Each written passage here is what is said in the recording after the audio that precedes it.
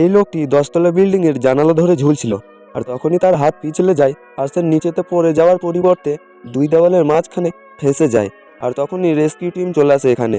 আর rescue টিমের মধ্যে একজন জিজ্ঞেস করে যে তুমি এখানে ফেঁসে গেলে কি করে। তখন লোকটি বলে যে আমি রাত্রে নেশা করে এসেছিলাম আর আমার বউ আমাকে জানলা দিয়ে ঠেলে ফেলে দিয়েছে, আর একে এখান থেকে বার করা খুবই অসুবিধাজনক, কারণ সে একটু নড়াচড়া করলে তার পেট ছিঁড়ে যেতে পারে। আর লোকটি যেখানে ফেঁসেছিল তার আগের রুমে চলে যায় রেস্কিউ টিমগুলো, আর তারা ভাবে দেওয়ালে ড্রিল মেশিন দিয়ে ফুটো করলে লোকটিকে উদ্ধার করা যাবে। কিন্তু তাদের প্ল্যান পুরোপুরি ভুল ছিল। ড্রিল দিয়ে ফুটো করার সময় সেই লোকটির ভুল জায়গায় ড্রিল মেশিনটি লেগে যায় এবং সে ভয়ে কান্না করতে থাকে।